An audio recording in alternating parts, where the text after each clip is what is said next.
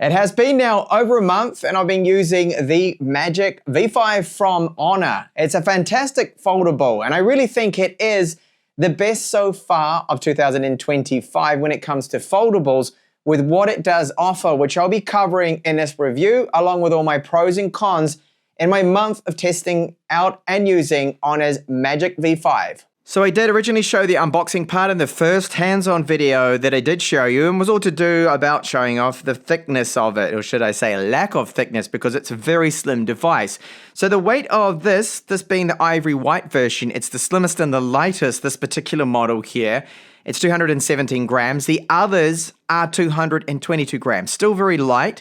And when it is folded, it's 8.8 millimeters. Again, the ivory white version. The others are slightly thicker. They're 9 millimeters when folded, and when unfolded, 4.1 millimeters only. So the limitation is definitely, to me, looks like it's that Type-C port there. They're really pushing the limits with that. So you can see we've got a SIM tray right here, and that takes 2 nano SIMs, no micro SD support. Loudspeakers, there's dual either side. We do get an IR transmitter, the antenna lines. This is a metal frame. The hinge feels really good. Excellent hinge to it. And yes, the camera module does stick out a little bit. Easy access to the power button, volume up and down. Very good. This is a capacitive fingerprint reader / power button. So it's working for me every single time. It is really quick. Now, I've been using the phone for a month. Absolutely love it. Of course, I'm going over all my experiences with it to share that with you. And when you do close it, you hear that nice noise there of the magnets bringing it together. So it does sit flush, but it sits on this little raised bezel around the outside of it there, which is excellent to just help protect it. Now, the inner camera here that we have, this one is a sensor that is 20 megapixels, okay? Both are the inner and the outer cameras there with them. And here is a 7.95 inch screen, and it's 120 hertz AMOLED. We've got the same on the outer screen, and they do have a very high pulse width modulation with these, which is 4,000. This is well over 4,320 hertz. So you see no flicker with this at all, no banding, nothing strange at all, which is excellent with both of those screens. Now this has their nanocrystal shield on the outside, so scratch resistant glass, very good. And our cameras on the back of it. So we've got 250 megapixels ultra wide in main. The main camera has optical image stabilization, f1.6, and an f2.5 periscopic camera. This one is 3 times optical, and they have some AI zoom with that. And fitting the periscopic, and they're brilliant that they have done this, considering how small it is. Now, battery capacity, this is an area where, again, they are leading the pack here when it comes to foldables, because this is 5,820 milliamp hours, and that's an excellent capacity. It's a silicon carbon battery, and the charging we do get with the Type-C port down here, that is 66 watt wired. There's wireless charging even in this too as well, which is 50 watts, and we do have USB 3.1, so it supports video out too with it. Wi-Fi 7 on board, Bluetooth 6, and powered by the Snapdragon 8 Elite. The Magic V5 does have an IP58 and IP54 water and dust resistance to it, which is fantastic for a foldable phone to have this. So MagicOS, the way it has the launcher set up is that when it's fully open, you've got your left and right sides, but when you close it, the same apps then are, this is the left first, and then you have the right. Now, I do like this. It's very easy for me to then open it up and see where all my apps are, the ones I commonly use, because I've got widgets and everything here in one. Now, the optimization has been great touch response, and the high touch response rate to it, certainly making things very responsive and fast and quick. And with that Snapdragon 8 Elite, I've not experienced any bugs, any issues. The firmware does seem to be very stable indeed with it. And you've got lots of AI options. I won't go through all of them, but what I will just quickly show you is one thing that I discovered and wanted to find out with Gemini, well, with Circle to Search, which is very handy. And that is an image that I've got here. I happened to see one of these peculiar looking beetles with very long antenna on it, and I wanted to know, well, what type of beetle is that? I hadn't seen them before in Spain. So you've got the option there with just holding down where we have this little bar at the bottom, so the Circle to Search, and you simply just need to do this, and very quickly it'll tell me and know straight away what it is, and it'll give me the result. So it tells me that it's a pine sawyer beetle. And this is something I did not know. So very handy to have these kind of search options built in. There's a lot of AI in this. You've got your image editor, AI capture, video capture, things that you can also turn as stills into video as well with Honor. I'm sure you've already seen that in other videos. I tend not to go too deep into all of those things there. I stick to the actual basics and usage of this more than a lot of those AI features. Despite the 3D Mark score showing that it does throttle quite a lot, you can still play the most demanding games, and this is Wuthering Waves, and it's running on the absolute max settings, top resolution, and it is playable. This is absolutely fine. Yes, it will get warm. You feel that frame start to heat up, as I saw with 3D Mark, and it takes a bit longer than when you're gaming. Around the 15-20 minute mark, it gets a little warm, and you notice then a couple of frame dips do come in here and there, but it's not enough to stop you playing the most demanding games. Multitasking for me is clearly one of the reasons that you would go and get a foldable, because you can run various apps at the same time. You can do split screen, which is basically like having then two phones either side but connected. That's the kind of space it does give you. So right here I have an ebook. Now I can easily go along and resize this window. I can full screen it, and you can run it as split screen too as well. So you have those options, and you can simply tap there to run the split screen of it. So it's very easy. You run the different apps, and if I had the stylus, then I'd also be able to write on the screen and do all of that. Now the accelerometer, this is still working all fine, and you'll be able to watch a lot of content just like this without any problems. But like I have shown before, that when you're watching content, especially YouTube, that's 16:9 normally, then you're going to have borders top and bottom. Netflix does run on this fine. You've got a widevine level 1 cert, but I'll just show you the kind of borders that you're going to get. And I don't find it too much of an issue, but it's not like you're able to take advantage of the screen. Even in landscape, you can see the huge borders we have here. This content, I believe, is, what's the aspect ratio on that? Maybe 21:9. It's definitely not 16:9 aspect ratio. If you know, let me know in the comments. But you're going to have that problem. Of course, I can run that minimize there, and I could multitask and do many other things. It is a fantastic looking screen, and I love using it. But for video content, you're not really taking advantage of it, not with this more square, rectangular style and ratio that it does have. And like I said, where this is most noticeable is definitely in YouTube with that 16:9 content. And when you go to full screen it, you'll see that you have those borders. So it's just something you get with all foldable phones in this form factor. So I'm going to play some no copyright songs here. We'll test those dual loudspeakers and we'll see how they sound.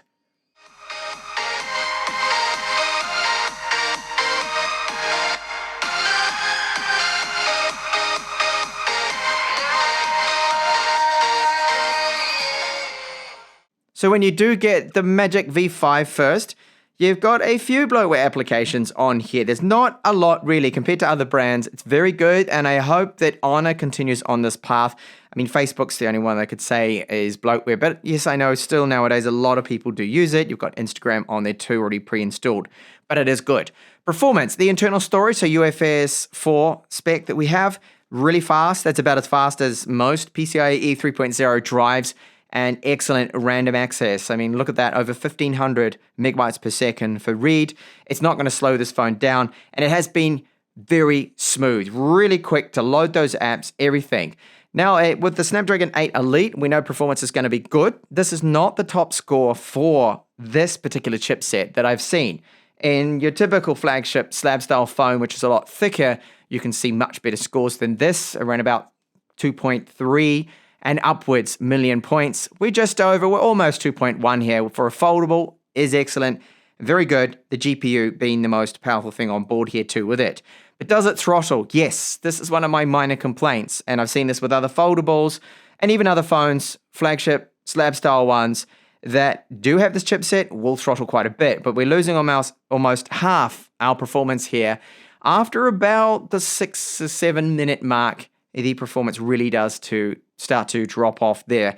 And is it noticeable? We're not in general use, no, because it's not so demanding, but in gaming you will notice a little bit of that throttling, and I will get onto the gaming later on.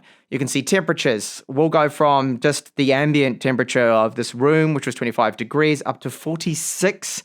So it gets a little warm to the touch around the metal frame, and I think it's to do with the thinness of it. It does dissipate that heat, but it needs to be throttled in order for it to not get overly hot and really start to affect the performance. The charge speed, even though this is not correct here, 55 minutes with a 66 watt on it charger there to fully charge it. I don't think it's a bad result at all. So it is quick. Battery life has been excellent for a foldable. Now I forced the refresh rate to 120 Hertz and I managed to get 7 hours and 20 minutes. For a foldable, this is excellent with this fixed test they do on all phones. And you are looking at least most people should be able to get around about 8, maybe even 9 hours of screen on time with this because of the extra large battery capacity on here being a bit more than what you typically find in a foldable, and that's excellent. So the battery life has been really, really good here from Honor, and I finally do have Wi-Fi 7. So I've got that set up in the new studio attic apartment, and you can see the throughput I managed to get. It's not the fastest I have seen for Wi-Fi 7, but it is certainly still excellent speeds here. This was a real life test too, by the way. So there's all sorts of conditions that can vary this. Network traffic, how much traffic the server was experiencing at that time I did the test. So it's just to give you an idea. Now, eSIM support, yes, it is on board, which is great to have. I know a lot of brands are still not really switching over to eSIM. And if you travel a lot, it is very handy to have the eSIM support. So great, it's on board here with the Magic V5. So let's have a look and see what the cameras can do here with the Magic V5. And I think it's got a really good set of cameras. I've been impressed with them so far. So this is the outer camera, same as the inner, and you can shoot 4K 30, 4K 60. There's no 4K 120 frames per second option or 8K with this phone here from Honor. And we've got electronic image stabilization, and the quality, it is pretty good. It's quite decent. It's very smooth, that electronic image stabilization. But you can use, of course, the outer cameras, flip the phone around and use that for your vlogging, and that gives you much better quality, as you see now. So here is our main camera, 50 megapixels, got optical image stabilization. You can see the quality is so much better than the outer or the inner cameras. And if you're a vlogger, this is one thing about foldables I really do like, is you're going to get this option here to then swap over to the ultra wide camera. So I'll tap, and that is our 0.5 times. So we get so much more in the shot now using the ultra wide. And you can see the castle behind me. This is Arracon, it's called. It's in Cuenca, Spain. Beautiful spot with the river around this castle. And it's got a lot of history, this area. Well, all of Spain does. And the quality of this electronic image stabilization is good. So if you're going to be vlogging, you could also use an external mic to improve your audio. Right now, there's really no wind, so I shouldn't have any wind noise. What I'm going to do is then flip the camera around, and I'll show you the zoom capabilities with that periscopic 64 megapixel camera. So I'll start out here with the ultra wide just to show you everything. So we've got a keep right there, tower. There's another one over there. There's the main keep, the main castle right there. And the entrance is just one way into this place, which is just there. So this is our 1 times again, so 50 megapixel with the optical image stabilization, and 3 times optical. Now looking at that castle, you can see the church tower there and the bells, and I'll apply some digital zoom here. So this is now 4 times, still looking pretty good. 5, you can see the quality now starting to degrade. I've looked at this footage before when I do the zoom tests, and I can then bring it up to a maximum now. Well, that is 10 times. And that's it. That's all they will allow Honor with digital zoom. And that quality not so good. So back to that 1 times. And then the ultra wide. So no 4K 120 frames per second. You get 4K 30 and 60, no 8K. Over to some stills. So selfies look excellent, and overall I'm really pleased with the results here. For a foldable phone, they're great, these cameras. So you've got the hardcore portrait mode. You can play around with that. There's black and white. There's more of a vintage kind of colored look to it, and a lot of options there with that. So this is our zoom camera, so 3 times optical. I zoom in even further and you can see a lot of details with Snow's eye here. And this, I did notice, can happen as oversaturation of bright flowers, but that can be corrected with software. Again, another zoom test here. It's still very good for a foldable, the details we get. This is 3 times optical. And inside, even with the ultra wide, still great results. The weakness of the cameras is the low light performance, but still, I think, very good for a foldable phone, the kind of results you can get, and a decent set of cameras. that the Honor Magic V5 comes with. I think most people will not be disappointed with these cameras.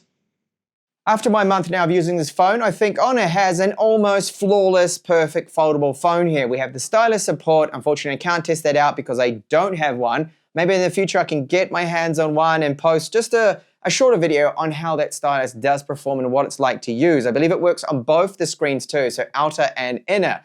Battery life, absolutely fantastic. Great set of cameras for a foldable. However, one area of criticism from me is the video performance, especially with the ultra wide. That shot that I took of the valley, the gully with the castle, Al Racon, that when I panned around slowly, there are some noticeable judders with especially the 4K footage with the ultra wide that kind of really doesn't do it for the footage quality. It kind of kills it a bit because it stutters so much. And I've seen this in other instances as well when filming with the ultra wide especially, it tends to do that. I don't know whether it's a combination of the electronic image stabilization and the sensor maybe. I don't really know there, but I hope that Honor can optimize that. The other is the gaming performance. I've shown you that when you do intend to push it hard, that it will throttle the performance down. And as 3D Mark shows us, it'll throttle that performance down. In fact, it'll halve the performance just to keep the temperatures at bay because the Snapdragon 8 Elite, very powerful, but it is a hot chip. And this is, of course, a very thin foldable device that we've got here.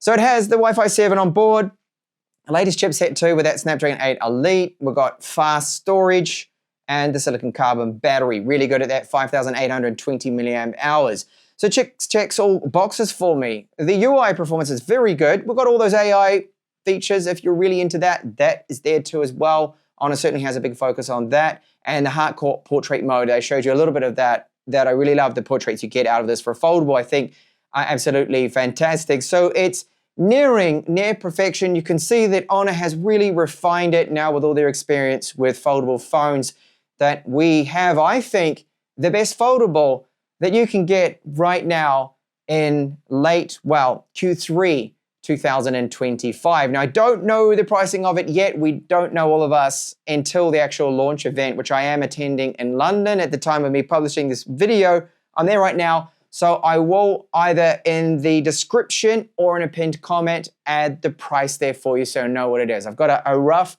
idea in my head. It's not cheap, but no foldables are really, and you're still getting a fantastic unit here from Honor, the Magic V5. Thanks a lot for watching.